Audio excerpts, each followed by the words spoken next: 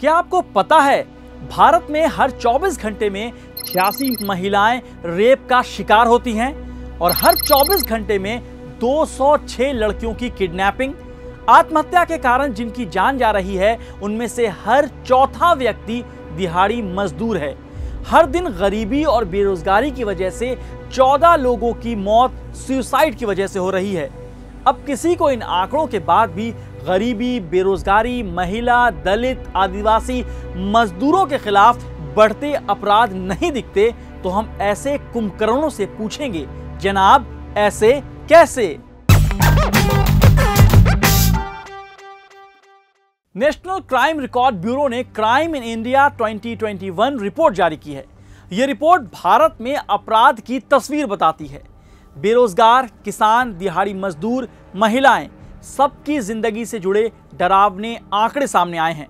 लेकिन अगर आपको अपने देश के भयावह हालात से जुड़े इन आंकड़ों को आसान भाषा में समझना है तो आपको ये वीडियो आखिरी तक देखना होगा।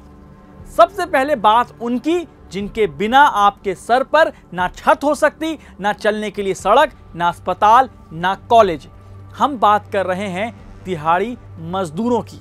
एनसीआरबी के आंकड़े बताते हैं कि 2021 में देश भर में 1,64,000 से ज्यादा लोगों की जान आत्महत्या की वजह से चली गई और इन 1,64,000 में 42,004 दिहाड़ी कामगार थे, यानी मरने वालों में से 25% दिहाड़ी मजदूर।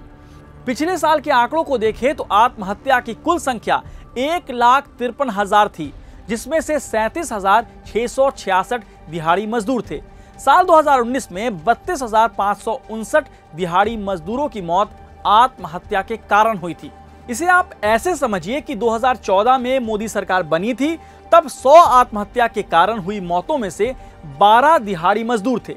लेकिन अब 8 साल में ये आंकड़ा दोगुना हो गया है। 2014 में देश में आत्महत्या से मरने वाले करीब 1,31,000 लोगों में से 15,735 दिहाड़ी कामगार थे और 2021 में 42,000 से ज्यादा डेली वेज अर्नर ने अपनी जान ले ली। सोचिए, जब देश में सब चंगा सी का नारा दिया जा रहा है तब इन मजदूरों को क्यों अपनी जिंदगी खत्म करनी पड़ी? चलिए अब किसान और खेतिहर मजदूरों की दुर्दशा भी जान लीजिए। देश की संसद में खड़े होकर बीजेपी सांसद निशिकांत दुबे ने कहा था कि पिछले 8 सालों में सरकार ने इतना काम किया है कि अब किसान आत्महत्या नहीं करते। तो उन्हें आप ये वीडियो देखकर बता दीजिएगा कि साल 2021 में कृषि से जुड़े 10,881 लोगों की मौत आत्महत्या से हुई। इनमें 5,318 किसान और 5,563 खेतिहर मजदूर थे। साल 2020 में कृषि से जुड़े 1,677 लोगों की मौत आत्महत्या से हुई। इनमें करीब 5500 किसान और 5,098 खेतिहर मजदूर थे। हाँ, ये सच है कि साल 2020 और 2019 की तुलना में 2021 में फार्मर या कल्टीवेटर की आत्महत्या में गिरावट दर्ज की गई है, लेकिन कृषि मजदूरों के आत्महत्या की संख्या तेजी से बढ़ी है। आप स्क्रीन पर अपने इन आंकड़ों को देखिए। खेतिहर मजदूरों से जुड़ा डेटा बता रहा है कि ये शहरों से भागे तो उन्हें गांव में भी पनाह नहीं मिली है। कोविड ने सताया और सौतेले शहर ने ठुकराया तो दिहाड़ी मजदूर गांव पहुंचे।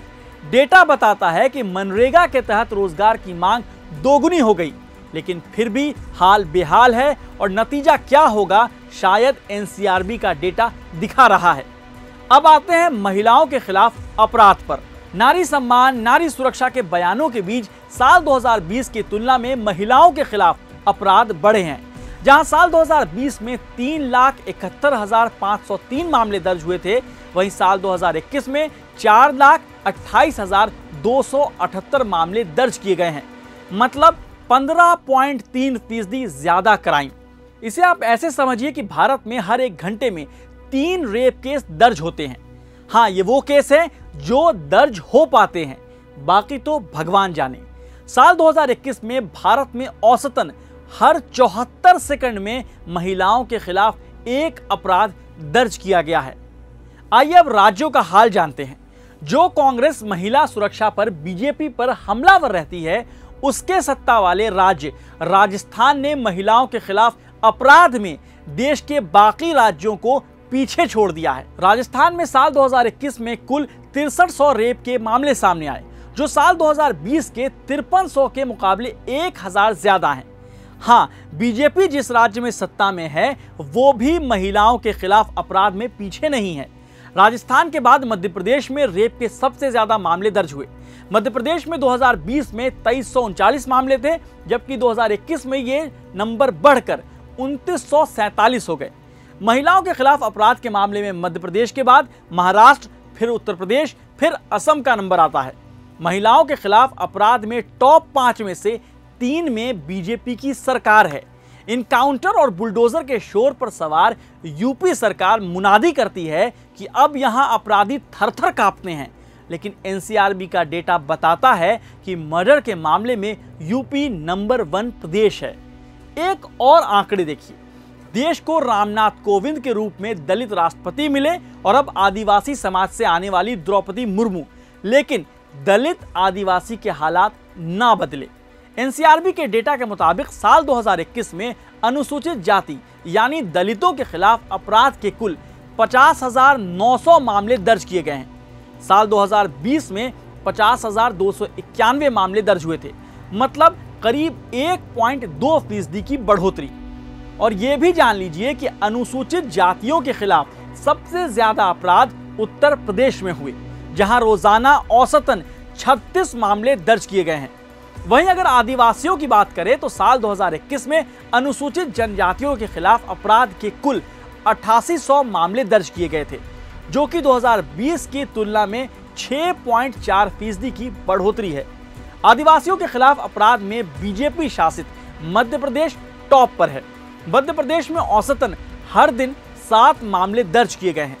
सवाल साफ और सीधा है, क्यों सरकारें महिलाओं से लेकर दलितों के खिलाफ अपराध को रोक नहीं पा रही हैं? क्यों दिहाड़ी मजदूरों की मौत नेशनल मुद्दा नहीं बन रही है? क्यों इंसानों की जिंदगी को सिर्फ आंकड़े समझकर फाइलों में दफन कर दिया जाता है?